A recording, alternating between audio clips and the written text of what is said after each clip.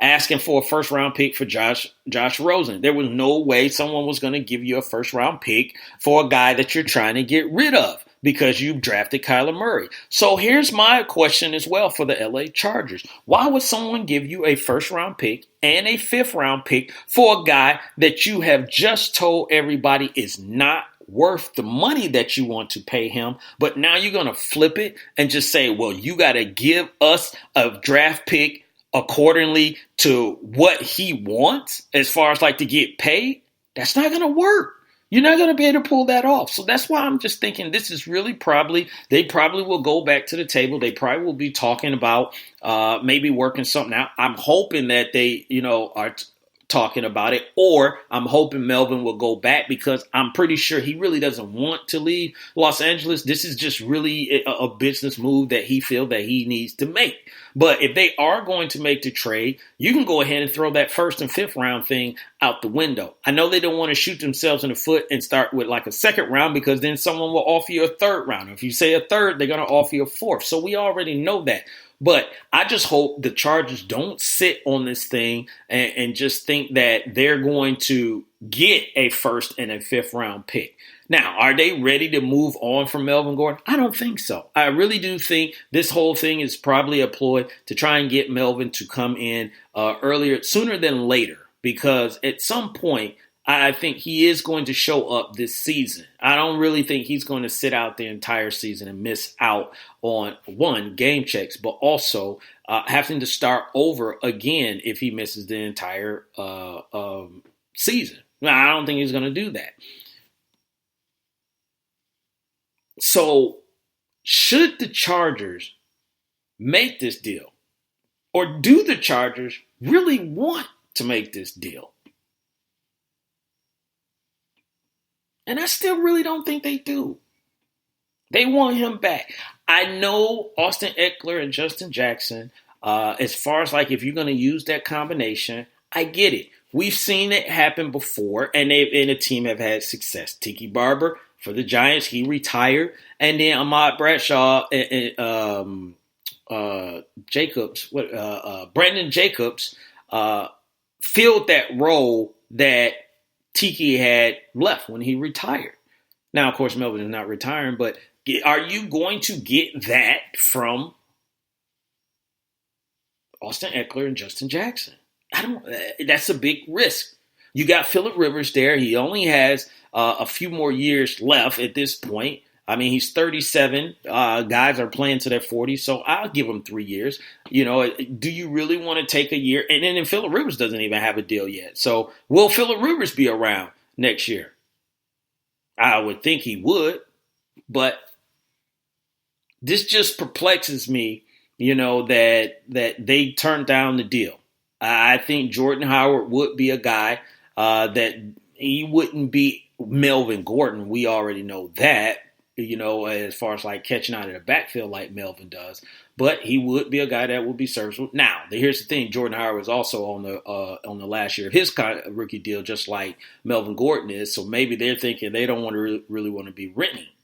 But someone got to come up with some type of solution sooner than later for Melvin Gordon. He's going to continue to hold out, I guess as long as he can. But if he goes to the Eagles, that changes everything in the NFC East and just the NFC. That's going to add more drama, which we're going to love, being football fans, but they're going to add more drama to what's going on in the NFC. Now, I'm going to be a little bit selfish right now. They need to make a decision because on my squad, I ain't got nobody for my running backs. I got my wide receivers is good. I'm good. But I'm hurting. The only person I got is James Conner. So I need Melvin Gordon. I'm not going to be one of those people that's mad at Melvin for not playing. You'd be like, oh, my fantasy league and all this stuff. No, I'm not going to, go that far. But I'm just saying, if he get down with the Eagles, that's going to be real interesting.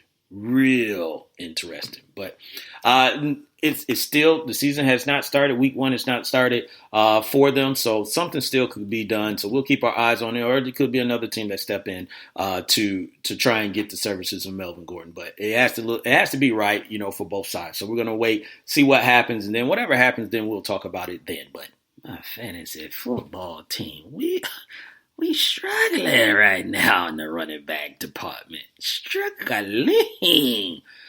Ooh. All right, so I'm going to move on. And yesterday, we had the final episode of Hard Knocks, which was the Oakland Raiders. And I talked about last week how, I was really surprised, as far as like how this all played out. There was no drama. And the Antonio Brown stuff, that's not drama. That, to me, that was just more of stuff, if you will, for lack of a better term. That was just stuff that was going on. And like I said, there was a lot of guys on this team that they could have, got a storyline from. We didn't hear anything from Josh Jacobs. We didn't hear anything from, Vontaze Burfict. We didn't hear anything from Mike Mayock. Maybe I missed it, or something. I don't know. But I will say, on this Hard Knocks, the one thing I will say is that I was surprised by Jon Gruden. I thought we were going to get, a cutthroat Jon Gruden, this guy, they call him Chucky, for the look, and all this stuff. And he was intense, throughout the show. But I really thought, he told a story back in the day when he was in the booth, as far as like how he tried to cut Sebastian Janikowski when he was originally the first time the Oakland Raiders coach. And he sent Sebastian out there, I think to kick it like a 63-yard field goal or a 60-yard field goal or whatever it was. And he was banking that Sebastian was going to miss it. And he was like, I'm going to cut him after you miss it. And little did he know, Sebastian's foot is made out of titanium or whatever it is. And he made, the field goal. And the rest is history. And Sebastian was around, for a very long time. So I was expecting to get something like that, more of a cutthroat, but he was more kind of like of a nurturing guy. I was, concerned with maybe how he was going to relate to the players because he had been out of football as far as like coaching for 10 years. But I think he did fairly well, on that. He still got his, his old school mentality, but he's an older coach, but I think he did, entertain. Maybe it was for the cameras. I don't know. But he did entertain what the new guys, were talking about. Other things that was going on with it, guys like Keelan Doss. If you were watching the show, watching him trying to make the team, unfortunately, he didn't make the team, but he got on with it. Jacksonville Jaguars, some other guys didn't make the team like Brandon Marshall. And I will say this, about the guys that didn't make the team. What I appreciate that the Raiders did do differently than other teams, we've heard about the term the Turk. And for those who don't know what that is the guy that no one wants to see when it's starting to be cut day. Because if he comes and gets you, you are off the team. You are no longer employed with that football team. So everyone is always talking about the Turk. And he'll come in, and it's not a bad guy or anything like that. It's just a guy that no one wants to have a conversation with at that point because he doesn't have any good news for you. And I appreciate that the Raiders didn't do it like that. At least what they showed on the show, they didn't do it like that. They did inform the guys. They had them come in, because what I've seen before, like with the Turk, is that guys are in the middle of working out. Guys, eating or something like that. And it's like you're working out and it's like you're hurting around like your cattle and everyone's looking to see, all right, which one of us is going to get shot and slaughtered, and that's what it looked like, in previous Hard Knocks when they were like, oh, here come the Turk or the Turk, the Turk will be waiting in the hallway or in the stairwell, you going up the steps and he stops you. So they did not do it, anywhere remotely like that. So I will say kudos to the Oakland Raiders. Look, because this is people being employed. This is people, jobs. This is people livelihoods. Let's be professional about it. Let's go ahead and, give them the respect that they need or deserve. Like, hey, you're losing a job. The last thing you want to be is part of the Turk, on it. So that's one thing that I did take from Hard Knocks that I appreciate. But I thought it really was going to be a lot more action, or a lot more problems, but no problems. So they got a young team, and they still have some question marks. At tight end, this Waller kid, he's going to be the starting tight end. He was dealing with his drug addiction. He's getting off that, so kudos to him. Hopefully he stays the course.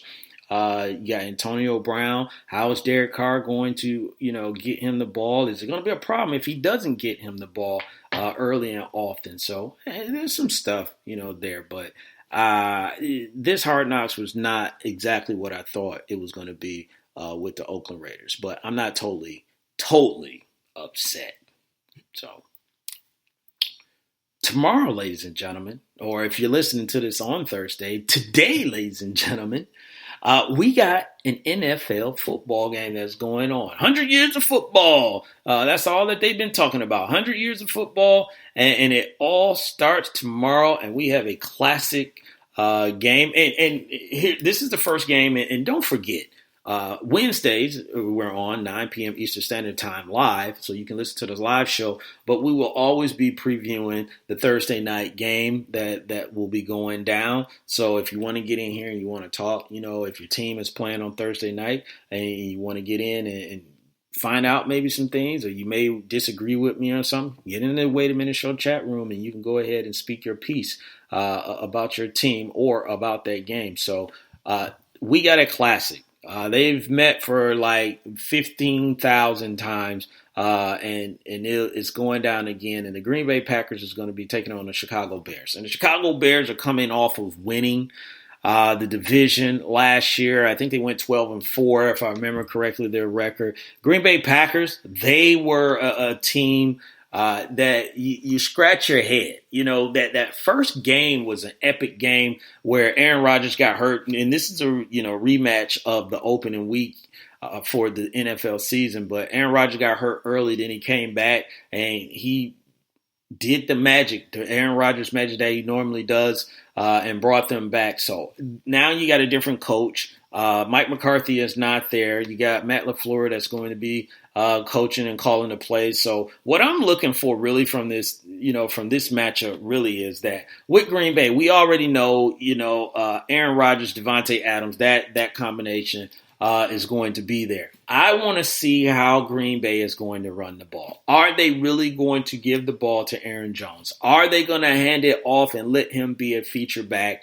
Or will they go back to, put it in Aaron Rodgers' hand and let him sling it around? Now, there is no Randall Cobb there. They cut him. But they going with the young kids, like Geronimo Allison and Scatland and among others. Jimmy Graham is not young, but Jimmy Graham get any form that he had when he was in New Orleans. Those are the things that I'm going to really be looking for, on this team. This is the first time this defense is without Clay Matthews. So, I do think this defense is still good. They cut Mike Daniels, so that was a bit of a surprise for me for this team. I thought, hey, maybe they could use his services or they knew something that nobody else knew, and they were like, let's go ahead and get away from him before we regret it. But running game. I really want to see if Green Bay can, establish a running game for this, especially against a defense like the Chicago Bears, who have been lauded for the guys that they have. You have guys like Akeem Hicks and Leonard Floyd and Roquan Smith and Akeem Hicks, Khalil Mack, Eddie Jackson, and Fuller. The list goes on and on, on the defensive side. So we know the defense will be there to play. Their scheduling, I would say, is not as easy as it was, the previous year. But I'm going to stick back to the offensive side on this team. Where will Mitchell Trubisky progress to, or will he regress? He showed some really good signs. He had some really good games last year. And this is a guy kind of like Daniel Jones, he didn't have that many games underneath his belt when he was at North Carolina. So to me, I think he's just been learning on the go, and he's been doing okay. He hasn't, been setting the league on fire, maybe like Hal Baker did when he came in, to the league. But I think he's steadily getting better. Matt Nagy